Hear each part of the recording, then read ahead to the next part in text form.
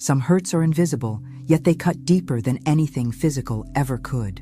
What happens when you give everything to those you love, and in return, they turn their backs on you? In this story, Helen, a mother and grandmother, tries to reconnect with her family, only to be crushed by the very people she thought would cherish her. But what if the greatest strength comes from standing up in silence, and the quietest acts of revenge are the most powerful? Let me take you through this journey. Subscribe to the channel and tell me in the comments where you're watching from. The story starts now. I've always believed that family was supposed to be everything.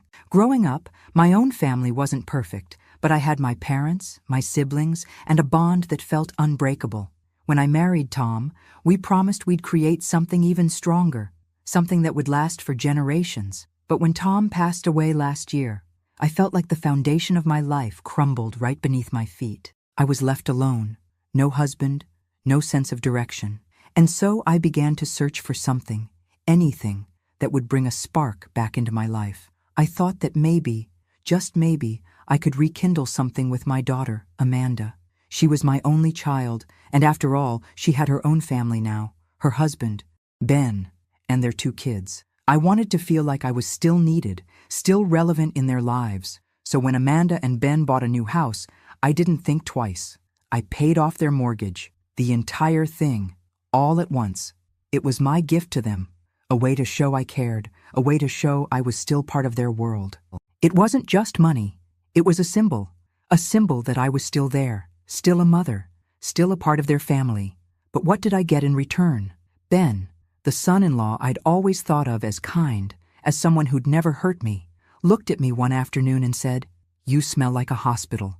Please, don't sit on our new couch." I froze. The words sliced through me, cold and sharp. It was a small thing, sure, but in that moment, it hit me harder than I could have ever imagined. That sofa was new, yes, but it wasn't the sofa I was focused on. It was the way he looked at me, the way he spoke to me, as if I didn't matter, as if I was some inconvenience. I wanted to scream, I wanted to cry, but instead, I forced a smile and left the room. That's what a mother does, right? She sacrifices. She puts her own feelings aside for the good of her children. At least, that's what I always told myself. As I walked out of their living room, I couldn't shake the feeling that something inside me had snapped. I had given them everything. I had given them my love, my money, my time. And this was how they repaid me? With disdain? With coldness? It was more than I could bear, but what could I do? I was just their mother. I was just the person who had helped them, who had tried to build a bridge between us. That night, I stayed in my own home, alone. I cried, not for what had happened that day, but for the years I had spent giving everything of myself to my family, and yet feeling like I had nothing left to show for it. The next few weeks were even worse. Ben didn't change, didn't apologize. Amanda didn't even acknowledge it. But every time I went to their house, I could feel the distance growing between us. It wasn't just the physical space, the couch that I wasn't supposed to sit on. It was the emotional distance. I was an outsider in my own family, and worse, I was invisible. I wanted to fix it. I wanted to find a way back into their hearts. But with every passing day, it felt like the door was closing more tightly, and with every cold interaction, I could feel my heart slowly breaking. But one thing was becoming crystal clear. I was no longer willing to accept this. I had been giving, sacrificing, and loving for years, only to be met with cruelty and disregard. And the worst part? No one cared. No one noticed how much it hurt. Not Amanda, not Ben, not anyone. And then, it hit me like a bolt of lightning. If I wanted to be seen, if I wanted to be respected, I couldn't keep being the person who just gave and gave. I needed to change, and I would change. But the question was, how? I stood in my living room, staring out the window at the empty street outside. The cold wind whipped through the trees, sending shivers down my spine. But something inside me had shifted. I wasn't going to take this anymore. I didn't know how yet, but I would make them see me. I would make them respect me. I wasn't just Helen anymore. I was someone different now, and I'd start showing them. The days that followed were a blur of silent torment. I went about my life, but it was as if everything had changed overnight. I had tried, for so many years, to be the good mother, the supportive mother-in-law, the grandmother who was always present, always available. I had sacrificed so much, never asking for anything in return, believing that the love and appreciation I gave would one day come back to me, like a warm, comforting embrace. But that day, when Ben spoke those cruel words, it shattered me. It wasn't just the insult. It was the realization that despite everything I had done for them, despite the years I'd spent building a life of support and love, I was just an inconvenience, a burden, nothing more. And Amanda, my own daughter, she never once stepped in to defend me. Not when Ben said I smelled like a hospital, not when he asked me to leave their living room. It was as if she was blind to the hurt he was causing. I had always thought that she was my ally, my greatest support. I thought she would understand how much that comment had cut into me. But she didn't. She said nothing. She pretended like it wasn't happening. The days turned into weeks, and I found myself avoiding visits to their house. It was the only way to protect myself from the pain, but avoiding them only deepened the ache in my chest. I missed my grandchildren. I missed the times when our family had been whole, when laughter filled the air and our lives felt connected. Now, there was only silence. No one called, no one checked in. It felt like they were all just going on with their lives while I was left to fade into the background. I was a ghost in my own family. I spent more time alone in my own house where I could cry in peace. I didn't want to burden anyone with my pain, so I held it all inside. But with every passing day, the weight of it grew heavier. I felt as though I was suffocating, drowning in my own thoughts, unable to find a way out. I wondered where I went wrong, what I could have done differently to be seen, to be loved. But the answer was always the same.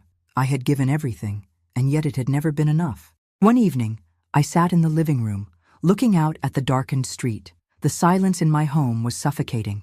The emptiness echoed through the walls. My thoughts began to spiral, and I found myself wondering, what if I stopped giving? What if I stopped being the one who always bent over backward to please everyone? What if I just stopped? The idea took root in my mind, like a seed planted in fertile soil, growing with each passing moment. I knew I could never change what had already happened, but I could control how I responded.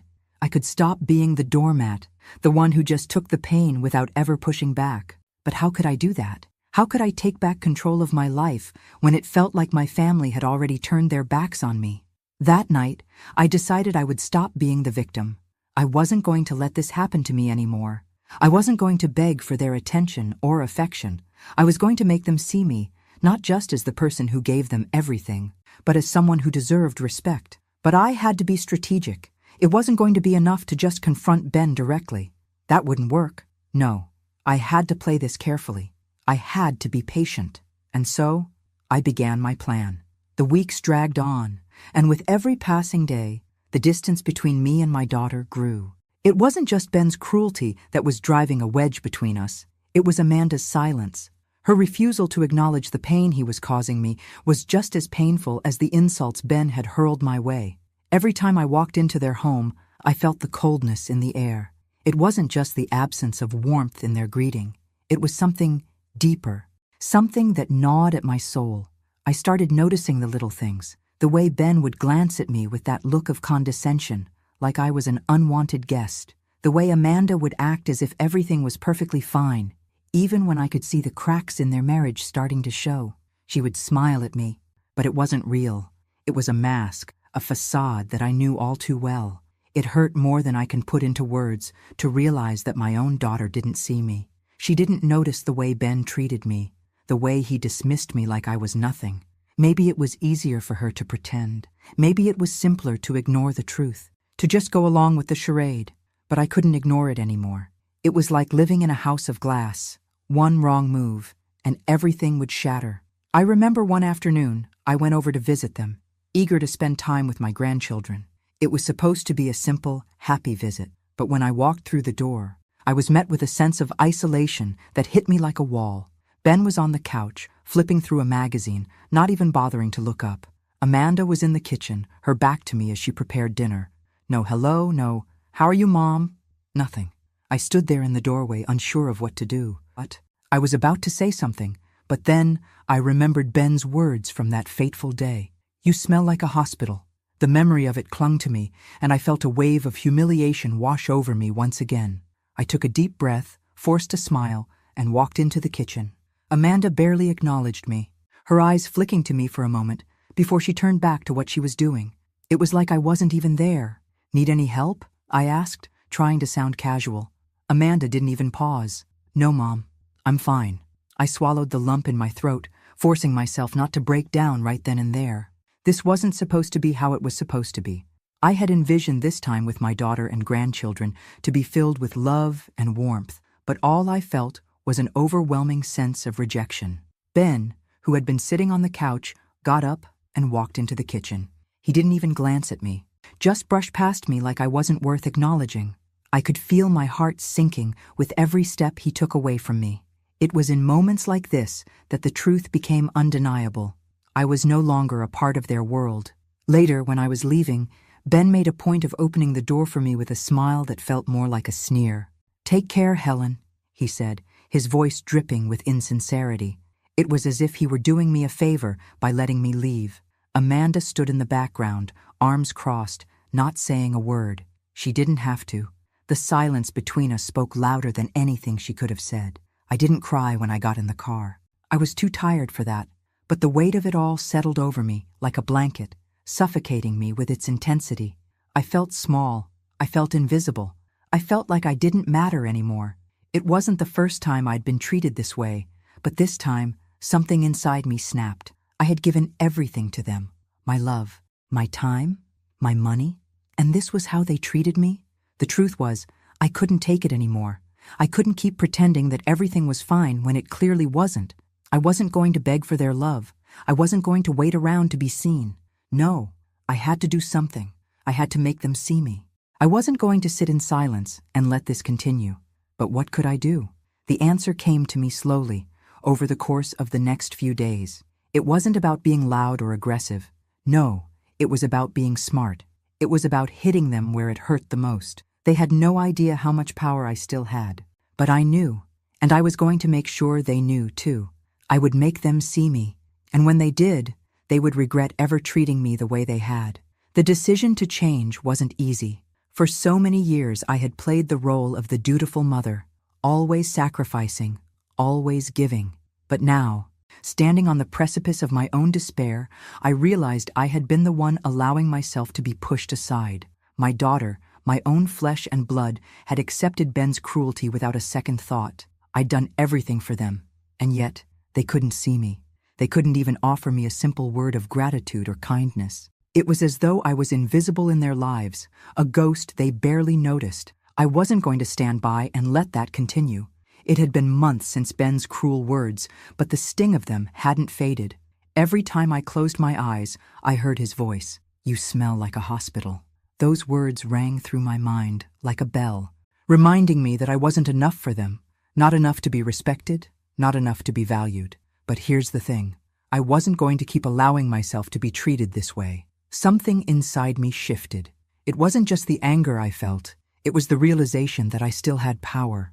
I'd been so focused on making them happy, on playing the role of the selfless mother and grandmother, that I had forgotten about myself. I had forgotten about my own needs, my own desires, my own worth. No more. I sat down at my kitchen table late one night, the weight of the decision settling into my bones. I could have confronted them directly. I could have yelled and screamed, told them how badly they had hurt me, but I knew better. I knew that wouldn't work. Ben wasn't the type to listen to reason. And Amanda, well, Amanda had her own struggles. Confrontation would only push them further away. But if I hit them where it hurt, if I made them feel the consequences of their actions, they would finally notice me. They would have no choice but to see the woman they had been taking for granted all this time. I started to think about all the sacrifices I'd made for them over the years, the mortgage I had paid off for their house, the times I had picked up the pieces for Amanda when she needed me, the countless hours I had spent making sure their lives ran smoothly. And what did I get in return? Nothing but coldness and disdain. I couldn't undo the past, but I could change how I was going to respond from here on out. I had to take control of my life again. I had to stop being the victim, stop waiting for them to change, and start making the changes myself. The first thing I decided to do was stop paying the mortgage. I had been covering the entire amount for months, thinking it was a way to help them, a way to show my love. But I had been wrong. I wasn't helping them. I was enabling them, enabling their disrespect. It wasn't a decision I made lightly. I had always been a woman who believed in family, in helping those you loved, no matter the cost. But what good was my help if it was only being used as a tool to control me, to keep me in the background? They didn't appreciate me. They didn't even see me. And that needed to change. So I stopped paying the mortgage, just like that. The following weeks were tense, but I kept my resolve. I refused to call or check in. I didn't want to know what was happening in their lives anymore. If they wanted me, they would have to come to me. They would have to see me, really see me, for the first time in years. At first, nothing happened. The phone didn't ring, the doorbell didn't ring, and I didn't hear from Amanda or Ben. But then, slowly, things began to change. I could feel it in the air. I knew that they were starting to feel the pressure. The silence between us was deafening, and I wasn't sure how much longer they could ignore the growing rift. But I wasn't going to give in. I wasn't going to be the one to break the silence. I had done enough for them, given enough of myself. It was their turn now. They had to come to me. I knew that this was just the beginning. I had taken the first step in regaining control of my life. But there was still more to be done. There was still more they needed to learn, and I wasn't going to stop until they learned it. I wasn't just Helen anymore. I wasn't just the mother who gave and gave. I was someone who would no longer tolerate being overlooked, disrespected, or taken for granted. I would make them see me, and when they finally did, it would be too late for them to turn back. It's amazing how silence can be the most powerful tool in a situation. At first, I was unsure of myself, unsure of how to carry out this new path I had chosen. But the more I stepped back from them, the more I realized that the silence wasn't just a withdrawal. It was a message louder than any argument or confrontation could ever be. I watched them, Amanda and Ben, drift further into their own lives as the days passed. They probably thought I had forgotten about them, that I had given up, but I hadn't. No, I was watching closely, calculating every move, every shift in the air. They didn't know it, but I was already 3 steps ahead. I made sure to keep my distance, but I wasn't angry anymore. The anger had turned into something more focused, something more controlled. They didn't deserve my anger. They deserved something else, a lesson. They had taken me for granted for far too long, and now it was time for them to feel the consequences. The first signs that they were starting to notice came in the form of missed calls. I wasn't the one reaching out anymore. I had stopped doing that long ago. Now, when the phone rang, I looked at the number and let it go to voicemail. Amanda, I knew, was calling, probably to ask why I hadn't paid the mortgage, to ask what was going on. But I didn't want to talk to her. Not yet. Not until she came to me, truly came to me, and understood what she had been doing all this time. Ben, of course, didn't bother calling. He never did, unless he needed something, unless he was trying to manipulate his way into getting what he wanted. I knew that very well. He was always so calculating, so selfish. The moment he realized the mortgage wasn't being paid, I knew he would try to put pressure on me, but I wasn't going to give in. Not this time. I had a lot of time to think during these days of silence. I reflected on everything. The way Ben had disrespected me, the way Amanda had stood by and said nothing. And I began to realize something important. I had been letting them control the narrative for far too long. I had always been the one trying to make peace, always trying to patch things up, always putting their needs above my own. But it was never enough. I had never been enough for them, and that was the bitter truth. And then I thought about the choices I had left. I could continue to let them walk all over me, continue to be the person they could rely on only when they needed something. Or I could stand firm and force them to see me, to recognize my worth. I decided I would stand firm. The silence was working. Every day that went by without a word from me, I felt a small victory. I could see it in the way Amanda would hesitate when she walked past my house, as if unsure whether to knock on the door. I could hear it in the way the silence between us grew heavier. The longer they ignored me, the more they would start to feel it. The more they would realize just how much I had been giving and how little they had been appreciating. It wasn't long before I got my first text from Amanda. It was short, almost cold. "Mom, is everything okay? Why aren't you answering your phone?" I smiled to myself as I read it. She had finally noticed, but it wasn't enough. I wasn't going to give in just yet. Not until she truly understood what had been happening. I didn't reply to her text right away. Instead, I went about my day, feeling a sense of quiet satisfaction. For once, I wasn't at their mercy. I wasn't begging for their attention. I was controlling the narrative now. The next day, another message came through from Amanda. This time, there was a hint of urgency. "Mom, please talk to me. We need to figure this out. Ben is upset about the house payments." That was it. She was finally starting to see the cracks in the foundation of their perfect little world. The first real sign that they were beginning to feel the pressure. But Ben's distress didn't concern me. It never had. It was Amanda's reaction that mattered. She was the one who needed to come to terms with what had been happening all along. I let another day pass, letting the silence linger between us. When I finally did respond, it wasn't with an answer to her concerns. I didn't owe her that, not yet. Instead, I simply replied, "When you're ready to listen, we can talk." And just like that, the ball was in her court. I could feel it in the air, the tension thickening between us, building with every passing moment. Amanda's texts had become more frequent, more desperate. She couldn't avoid the growing distance any longer. She was starting to feel the strain of her life unraveling, bit by bit. But Ben? He didn't seem to notice at first. I didn't expect him to. He was always too wrapped up in his own desires, his own ego, to pay attention to the cracks forming in his perfect world. But the day came when Ben finally reached out to me. It wasn't a phone call. No, he wasn't going to speak to me directly. Ben was too proud for that. Instead, he sent a message, and that message was everything I needed to hear. "Why aren't you paying the mortgage?" it read, blunt and to the point. "You know Amanda and I have a lot of expenses. We can't afford to keep the house without your help." The audacity of it. The nerve. I wasn't sure if I should laugh or cry. I had given them everything I could for years, helping with bills, picking up their slack, paying for things they couldn't afford. But now, in this moment, he was treating me like an ATM, like I existed only to serve their needs. And now that the money wasn't flowing as freely as it once had, he was demanding answers. I had to pause for a moment. I wasn't going to respond rashly. Not now. I had already started this process of silence, of distancing myself from them, and I wasn't about to break it. I knew he was getting desperate. The more he needed something from me, the more he'd push, the more he'd try to manipulate me. But I wasn't going to fall for it. I stared at my phone, wondering if I should say something, anything. But then I remembered what I had been telling myself. I wasn't the one who had been wrong here. I hadn't been the one to disrespect them. I wasn't the one who had turned a blind eye to the injustices they had inflicted on me. I had been the one who was always there, who always gave. And now? Now, it was their turn to come to me. So, I replied, but not the way he wanted me to. "Maybe you should talk to Amanda," I wrote, keeping it calm, measured. "This isn't about the mortgage, it's about respect, something I haven't received much of lately."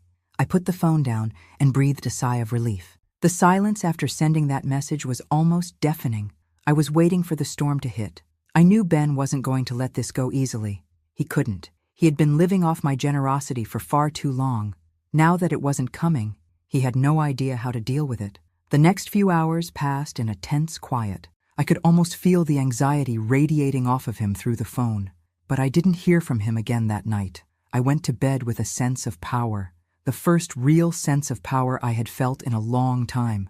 But the next day, the storm came. Amanda's call was more frantic than I had expected. "Mom, please, you can't just stop paying for the house. Ben is furious, and we're going to lose everything if you don't help us." Her voice trembled, and I could hear the panic in her tone. But I didn't give in. This wasn't about the house or the money anymore. It was about the deeper issue. Respect. They had taken me for granted for so long, and now that I wasn't enabling them anymore, they were reeling.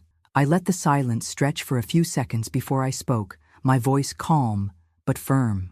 "I'm not going to be your safety net anymore, Amanda," I said. "You and Ben need to figure this out.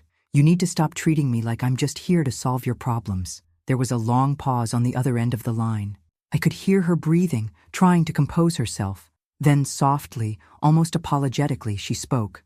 "I know you're upset," she said, "but Ben doesn't understand. He doesn't know how to handle all this pressure, and I don't know what to do anymore." I closed my eyes for a moment, letting the weight of her words settle in. I wasn't angry at her. I was angry at the situation, at how Ben had manipulated everything around him, at how Amanda had let him get away with it. But what could I do? I couldn't fix this for her. She had to fix it herself. You need to stand up to him, I told her. You need to stop allowing him to treat you like this. But no, Amanda, you need to be stronger than this. You need to take control of your life. I can't do that for you anymore. The line went silent, and for a moment, I wasn't sure if she was even going to respond. But then she did, her voice small and fragile. I'll try, she whispered. I hung up the phone feeling something I hadn't in a long time. Relief. It wasn't going to be easy.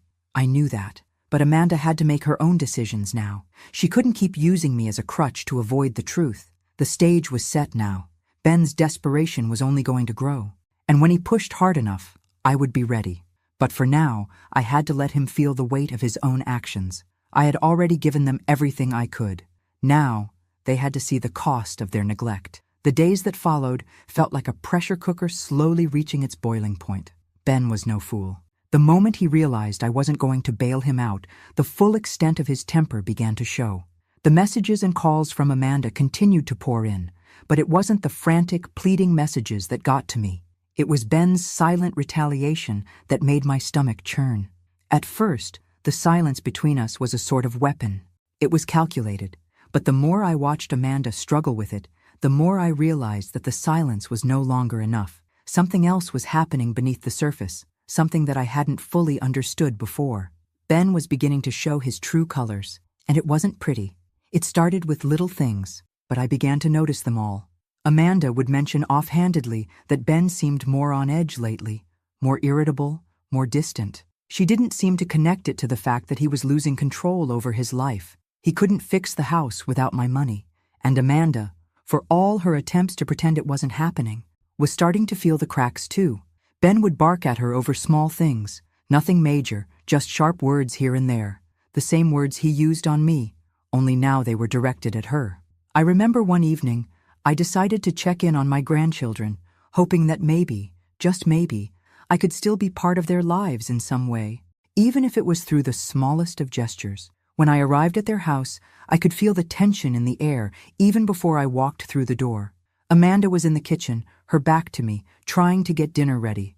The kids were playing in the living room, but the moment I stepped inside, the house seemed eerily quiet. Ben was sitting on the couch, his eyes glued to his phone. He didn't even look up when I walked in. Not a greeting, not a hello, not even a glance. I could feel his resentment like a heavy cloud, suffocating everything around me. I wanted to leave. I really did. But something inside me held me there. I wasn't going to let him chase me away. Not anymore. I had every right to be there, and I wasn't going to let him make me feel like I was the one in the wrong. Amanda, do you need help with dinner? I asked, trying to break the silence. But she didn't answer. She didn't even turn around. I could hear the faint sound of Ben's voice from the living room, snapping at the kids to be quieter, his tone sharp, like broken glass. I swallowed the lump in my throat. The tension in the house was palpable. This wasn't the home I had once imagined for my daughter, the one filled with warmth and love. This place felt suffocating, full of anger and fear. Amanda, honey? I called again, a little louder this time. She finally turned, her face drawn and tired, her eyes avoiding mine. She was a shell of the woman I once knew, the woman who had smiled with joy and love when I'd visit, who had shared everything with me. Now there was nothing but exhaustion in her face, a weariness that made me want to take her in my arms and protect her from whatever she was going through. But I couldn't do that. Not anymore. Mom, she sighed, wiping her hands on her apron. I don't know what to do. Ben, he's just so angry all the time. He's not the man I married anymore. I could see the tears welling up in her eyes, but she held them back. I wanted to rush over to her, tell her everything was going to be okay, that I would fix it, that I could fix him. But I couldn't. She had to find the strength to fix it herself. You have to stand up for yourself, Amanda, I said, my voice low but firm. You can't let him treat you like this. You deserve better. She shook her head. I can't. I don't know how. He's changed, and I don't know how to handle it anymore. I looked over at Ben, still glued to his phone. He didn't even care that I was standing there. He didn't care that his wife was breaking down. He was too focused on his own problems to see what was happening right in front of him. It was clear that Ben didn't just disregard me. He disregarded everyone. He was so consumed by his own need for control and power that he couldn't see the devastation he was leaving in his wake. "I know you're scared, Amanda," I said quietly, my heart breaking for her. "But you don't have to be scared anymore. You don't have to let him keep controlling you. You are stronger than you think." The words hung in the air, heavy with truth. Amanda finally looked at me, really looked at me, for the first time in a long time. And for the first time in a long time, I saw a flicker of something in her eyes, something more than just exhaustion. It was hope. She didn't say anything, but she didn't need to. The look she gave me told me everything I needed to know. Amanda was starting to wake up. She was starting to realize that this wasn't the life she deserved, and maybe, just maybe, she could find the strength to change it. But before she could respond, Ben's voice boomed from the living room, interrupting the moment. "Are you done in there yet, Amanda? The kids are waiting to eat." I saw Amanda flinch at his tone, and my heart twisted. I wanted to do something, to stand up to him, to tell him off right there and then. But I didn't. Not yet. This was Amanda's battle, not mine. "I'm coming," she muttered, her voice barely above a whisper. As she walked past me, I put a hand on her shoulder. "You don't have to be afraid of him, Amanda. You have the power to change this. You just have to believe that." And with that, she nodded, though I could see the conflict in her eyes. I didn't know if she would find the strength to do what needed to be done, but I had to believe she would. As I left their house that night, I could feel the shift in the air. Ben's influence was beginning to slip, and though it would take time, I knew that Amanda was beginning to see him for what he truly was. But the question now was, would she find the courage to stand up to him before it was too late? I had done what I could. I had offered the words of wisdom, the encouragement, the support. But deep down, I knew this was Amanda's fight now. It was her life, her marriage, her decision whether to stand up to Ben. But as each day passed, the weight of the situation pressed harder against my chest. The more I saw the cracks forming in their relationship, the more I realized that if Amanda didn't make a choice soon, the consequences would be too great. I couldn't just stand by anymore and hope for the best. I couldn't let Ben keep abusing my daughter, emotionally and mentally. I had seen the way he treated her, the way he manipulated her, the way he tore her down a little more each day. His cruel words had only gotten worse, and I wasn't blind to the marks he left on her. Not physical ones, but the emotional scars that were starting to pile up. Amanda wasn't just sad anymore. She was lost, and it crushed me to see it. I had raised her to be strong, to stand up for herself, to fight for what was right. Yet here she was, trapped in a marriage with a man who used his power to break her down.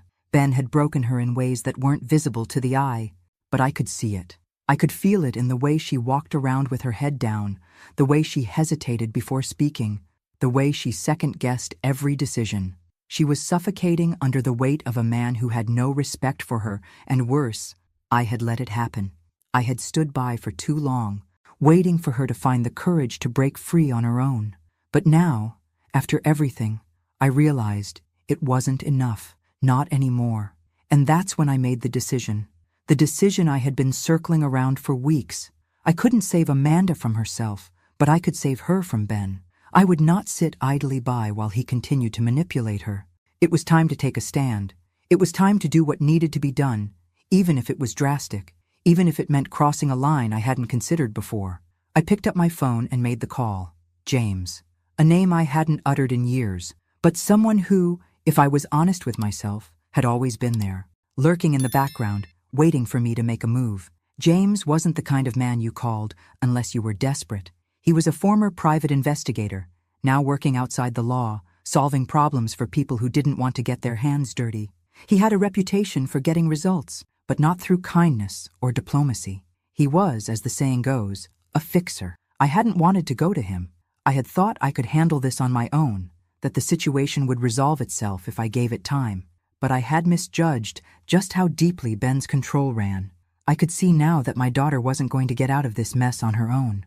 I needed someone who could send a message without the need for words. When James picked up, I didn't waste any time.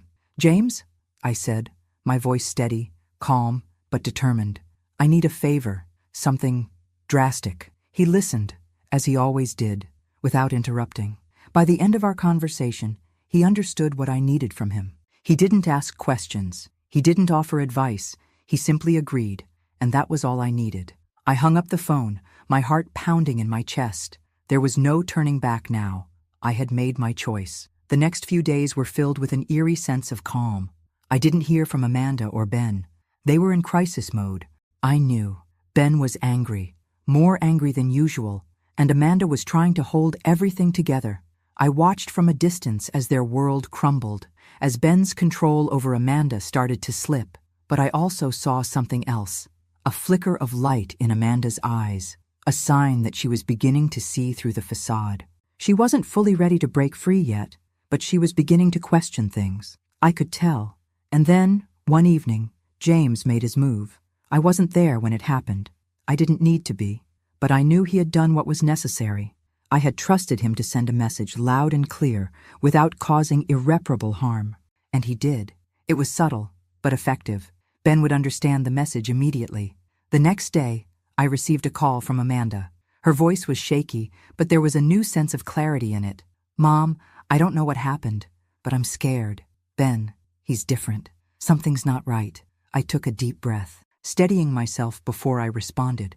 "Amanda," I said softly, "it's time. You need to stand up for yourself. You need to take control of your life." She was silent for a long moment, and I could feel the weight of her decision hanging between us. But then, finally, she spoke. "I don't know if I can. Mom, I don't know if I'm strong enough." "You are," I said, my voice firm, reassuring. "You are stronger than you know." I didn't need to say anything more. She knew what she had to do. It was only a matter of time before she made her choice, before she found the courage to walk away from Ben for good.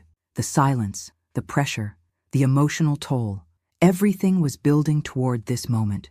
And now, I could only wait and watch as Amanda found the strength she needed to break free. I had done what I could. I had set things in motion. And now, the rest was up to her. The tension that had been building for weeks finally came to a head. I had watched, patiently waiting, knowing that Amanda would have to make her decision soon. I had set things in motion, but ultimately, it was up to her. I couldn't make the choice for her. I couldn't fix her marriage for her. But I had given her the tools. I had given her the push she needed. And now, I just had to wait for her to act. The phone call came on a Friday afternoon. It was Amanda, her voice shakier than usual. "Mom, I don't know what to do," she whispered, as though afraid someone might hear her. He's out of control.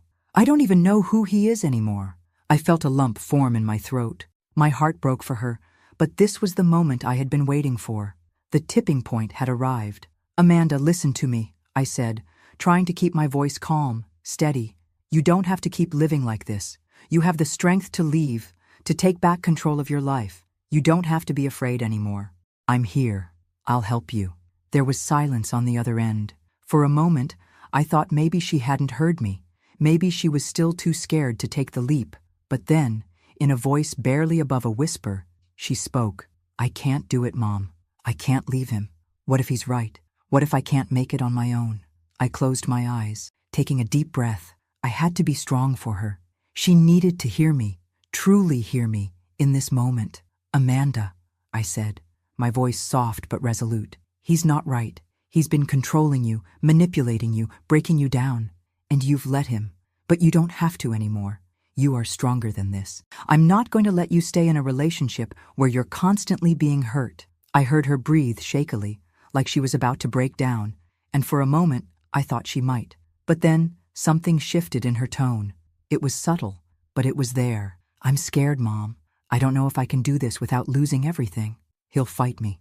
He always does." I could feel the weight of her fear, but I also knew that this fear wasn't stronger than the need for her to be free. "You have more than just fear on your side," I said, the words coming from a place deep inside me. "You have the truth. You have your own strength. And most of all, you have me. You're not alone, Amanda. You don't have to keep letting him control you. I'll be right here, every step of the way." There was another long silence, but this time, when Amanda spoke again, I heard something different in her voice. It was a crack in the wall she had built up around herself, a hint of resolve. "I'm going to do it," she said, her voice trembling but stronger than before. "I'm going to talk to him. I'm going to take control back." I felt a rush of relief wash over me. It wasn't a victory yet, not completely, but it was a start. Amanda had taken the first step. She was ready to face the truth, ready to break free from the prison she had been living in for so long.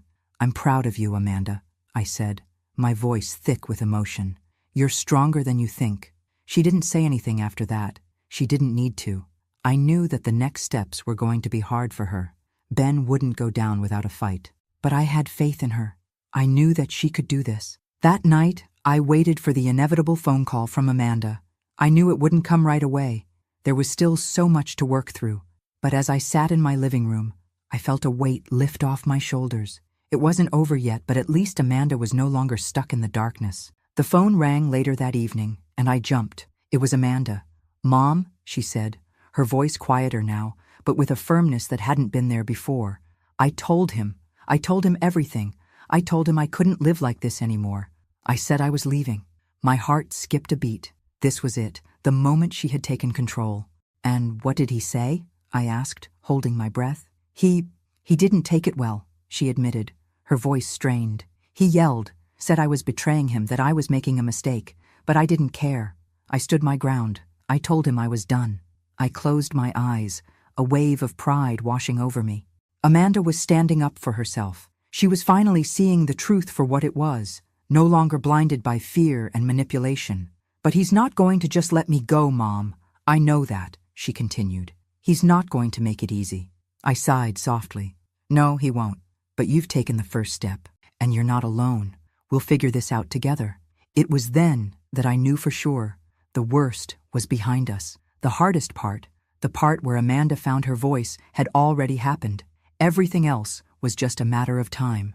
Ben's control was slipping, and though he would fight to maintain it, he wouldn't win.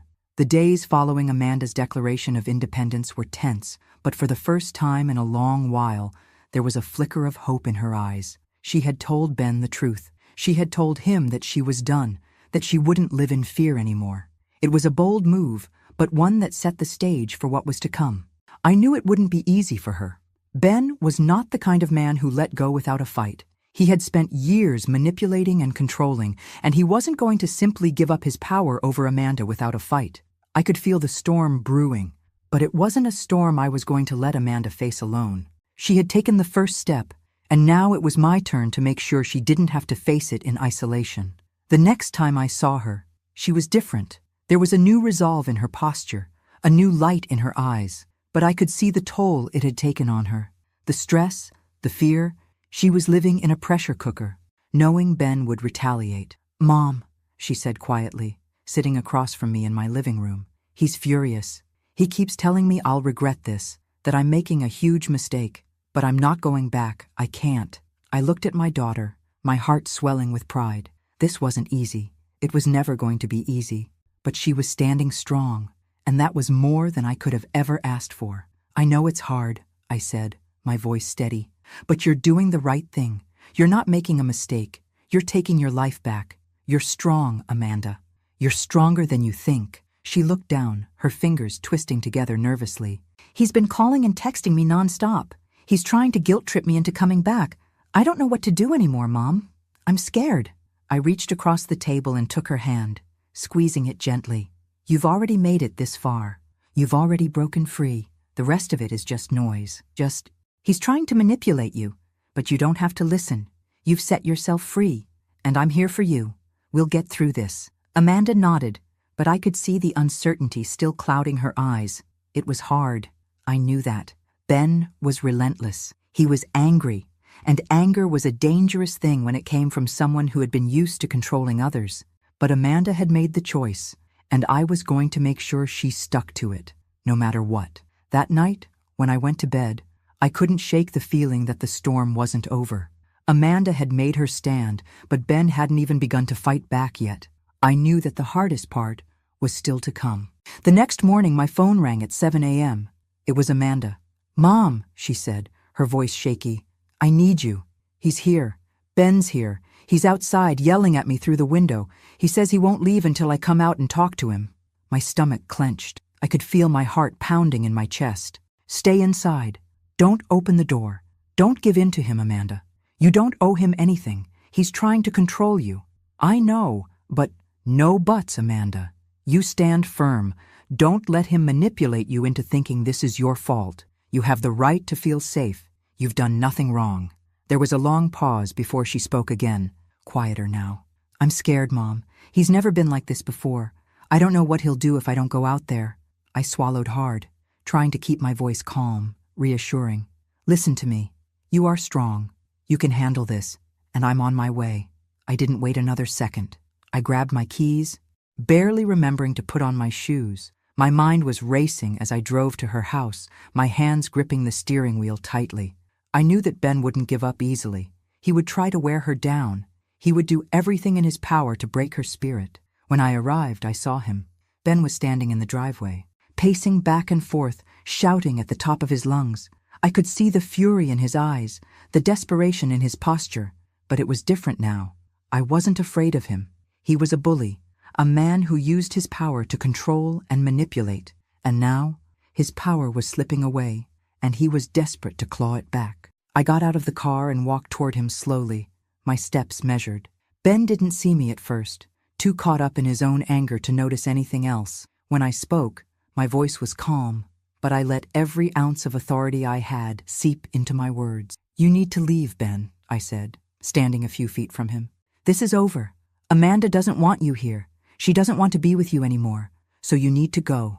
His head snapped toward me, his eyes narrowing with fury. "This is none of your business, Helen. Stay out of it." He took a step toward me, but I didn't flinch. I wasn't afraid of him, not anymore. "I'm making it my business," I replied, my voice steady. "And you need to leave. Now." He stood there for a moment, seething with rage, but then he took a step back. I saw the recognition in his eyes. He realized that his usual threats, his usual manipulation, weren't going to work on me. Not this time. I wasn't going to let him control this situation any longer. "I'll be back," he muttered under his breath, before turning and storming off toward his car. I watched him drive away, the relief washing over me like a tidal wave. Amanda came out of the house moments later, her eyes wide with a mixture of fear and relief. "Mom, I don't know what to say." "You don't have to say anything," I said softly, pulling her into a hug. "You did it. You stood up to him, and you don't have to go through this alone." I felt the weight of the last few weeks lift from my shoulders as I held her. The storm wasn't over yet, but the first battle had been won. Ben had lost his control over Amanda, and no matter what he tried next, he would never get it back. The next few days passed in a tense silence. Ben had left, but the tension didn't immediately fade. It was as though a storm had just passed, and we were left standing in the wreckage, unsure of what would happen next. Amanda was no longer in the immediate line of fire, but she was still caught in the aftermath, reeling from the confrontation with Ben, still processing the reality of the life she had just chosen. She had made the decision to leave him, to stand up for herself, but now she had to follow through. The hardest part was still ahead of her, living with the aftermath of the choice she had made, and I could see the weight of that decision in her eyes, the uncertainty, the fear of what would happen when Ben realized he had lost control. But I wasn't going to let her face it alone. I was going to be there every step of the way, even if it meant going up against Ben again. Days passed without a word from him, and it was hard not to wonder what was going on in his mind. I knew Ben. I knew his type. He wasn't the kind of man who accepted defeat quietly. He wouldn't just walk away. And then, the silence was broken. It was a Sunday morning when Amanda called me. Her voice was strained, her words coming in a rushed, panicked manner. "Mom," she said, her breath shaky. "Ben, he's gone. I don't know where he is. His stuff is gone, the car's gone, and he's not answering any of my calls. I think he's disappeared." I felt my stomach drop. A wave of dread washed over me. Ben disappearing was the last thing I had expected. I had assumed he would fight for control. But this was different. This wasn't just a man who was angry. This was something more. "Are you sure he's gone?" I asked, my voice tight with concern. "I've checked everything," she said, almost frantic now. "His clothes are gone. His things are missing from the house. I've called his phone a dozen times, but it just goes straight to voicemail. I don't know what to think. I don't know if this is some kind of game or if he's really gone. What do I do, Mom?" I could hear the panic in her voice, and I felt it too. Ben's disappearance was unsettling. The more I thought about it, the more I realized how dangerous it could be. Ben wasn't the type to just vanish without a reason. He had something planned. I was sure of it, and whatever it wasn't going to be good. "Amanda," I said, trying to steady my voice. You need to stay calm. Don't jump to conclusions. Ben may be trying to manipulate you again, make you think he's disappeared to control you, but we can't assume anything just yet. I paused for a moment, thinking, you need to make sure you're safe. Lock all the doors, keep the windows secure, and don't engage with him if he reaches out. We'll figure this out together. I'm scared, Mom, she said, her voice barely a whisper. What if he's dangerous? What if he's planning something? I'm here, Amanda, and I'm not going anywhere. We'll get through this. Just stay strong, okay? The call ended, and I sat in stunned silence. I felt a knot tighten in my chest. Ben's disappearance was more than just a strange event. It was a red flag, the kind of red flag that no one should ignore. I knew that the peace I had been hoping for wasn't going to come easily. Ben wasn't done yet, not by a long shot. The next few hours were filled with uncertainty. Amanda kept texting me updates, but the messages were all the same. Ben hadn't come back, hadn't reached out, and there was still no sign of him. I kept trying to reassure her, trying to convince myself that Ben was just trying to make a dramatic exit to get attention. But deep down, I knew something was wrong. I knew he wasn't just going to disappear without some sort of plan. As the evening wore on, I made a decision. I couldn't just sit back and wait for something to happen. I had to take control of the situation. I needed to find out where Ben had gone, what he was up to. I called James again, hoping that he could help me dig into Ben's whereabouts. James was sharp, resourceful. He knew how to get information, and I needed that. It wasn't about revenge anymore. It was about making sure Amanda was safe. I need you to find Ben, I said when James answered. He's disappeared and I think he's up to something. I need to know where he is, what he's doing. I'll get on it, James said, his voice steady. I'll check into his usual places, look into his financials, see if anything's off. I'll call you as soon as I know anything. After hanging up, I sat in my living room, waiting. The house was still, the only sound the ticking of the clock on the wall. I kept replaying the conversation in my head, trying to figure out what Ben was planning. I knew he wasn't done with Amanda, not by a long shot. A few hours later, I got the call I'd been waiting for. James had found something. Ben's been laying low, trying to make it seem like he's disappeared for good, James explained, his voice low. But I found a trail. He's been withdrawing money from his bank accounts in small increments, trying not to attract attention. And I tracked his phone. It's currently pinging off a remote location. He's staying somewhere far from the city. I felt a shiver run down my spine. Ben was plotting something. He wasn't going to let Amanda go that easily. I didn't know what he was planning, but I was certain it wasn't good. Can you find out where he is exactly? I asked, my heart racing. I'm on it, James said. I'll let you know as soon as I have more details. As I waited, I couldn't shake the feeling that something dark was unfolding. Ben was out there, somewhere, plotting his next move. And Amanda? She had no idea what was coming, but I would make sure she was ready. I would make sure she was safe. The next few days felt like a waiting game. Every moment stretched longer than the last, and the anxiety that had settled in my chest never fully went away. I kept replaying every conversation, every move that Ben had made, trying to decipher his motives. James had given me the information I needed. Ben was hiding out in a remote cabin, far away from the city. I hadn't heard from him, and I knew that he wasn't the type to just disappear without a reason. He was scheming, plotting, and I had no idea what he was planning next. Amanda was still shaken by his sudden disappearance. The unknown was driving her to the edge of her nerves, and I could feel her fear creeping into our conversations. Every time she texted or called, I could hear the uncertainty in her voice. The fear of what could happen if Ben resurfaced. I had to make sure she stayed strong. She had already made the hardest choice, leaving him. But now, she had to stand firm. We both did. It was late one night when the call came. It was James. Helen, I've got the location. I found where he's been staying.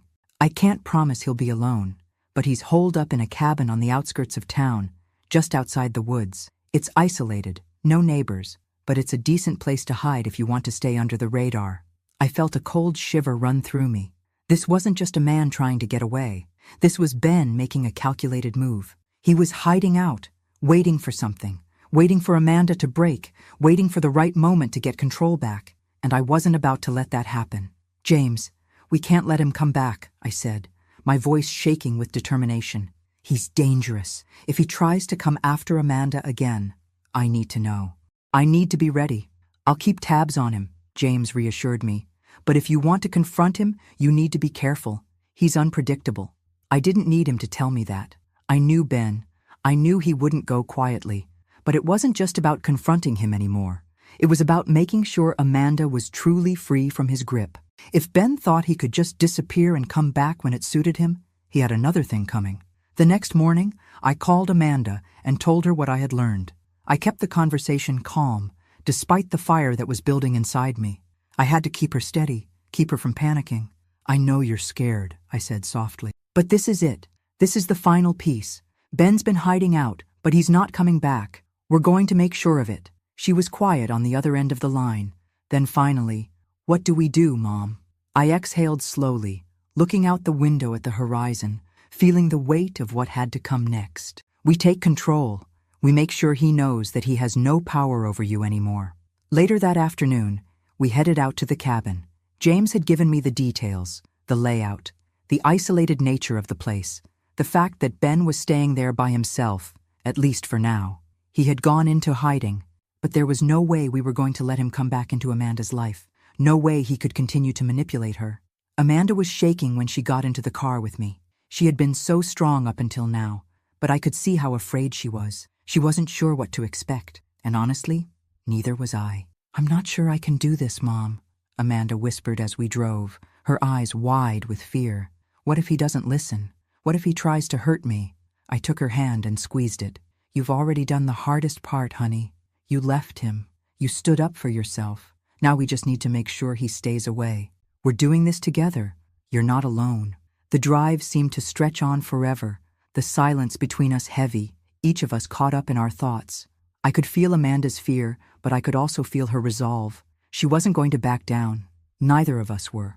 When we finally arrived, I knew this was it. This was the moment where we would either let Ben continue his reign of terror, or we would show him that his time was over. We approached the cabin carefully, keeping a safe distance as I checked my phone for updates from James. He had eyes on Ben, and he confirmed that the man hadn't left the cabin all day. It was now or never. Stay close, I whispered to Amanda. She nodded, her face pale but determined. I knocked on the door, my heart racing in my chest. There was a long pause, and then the sound of footsteps from inside. The door creaked open just a crack, and there he was, Ben. He didn't look surprised to see me, but there was something in his eyes that sent a chill down my spine. He knew this wasn't a visit of reconciliation. He knew this was the end. What the hell do you want? He spat, his eyes flickering to Amanda behind me. We need to talk, Ben, I said, my voice steady, no trace of fear in it. This is over. You've lost control. You're not coming back into her life. Not now, not ever. Ben sneered, his hand tightening into a fist at his side. You think I'm just going to let her go? Let you take her away from me? You've made a mistake, Helen. This is far from over. I could feel the air between us crackling with tension. Ben's words were venomous, but they didn't affect me the way they once had. I wasn't the same woman anymore. I wasn't the scared mother who had let him walk all over me. I was standing here, in control, and this time, he wasn't going to win. You've already lost, I said, my voice firm. You've lost everything. Ben, your control, your manipulation. It ends here. You're not welcome in her life anymore. Ben's jaw clenched as he took a step forward, but before he could say anything, I saw something in his eyes shift. It wasn't anger anymore. It was fear. He was realizing that he had no more cards to play, that the power he had once held was gone.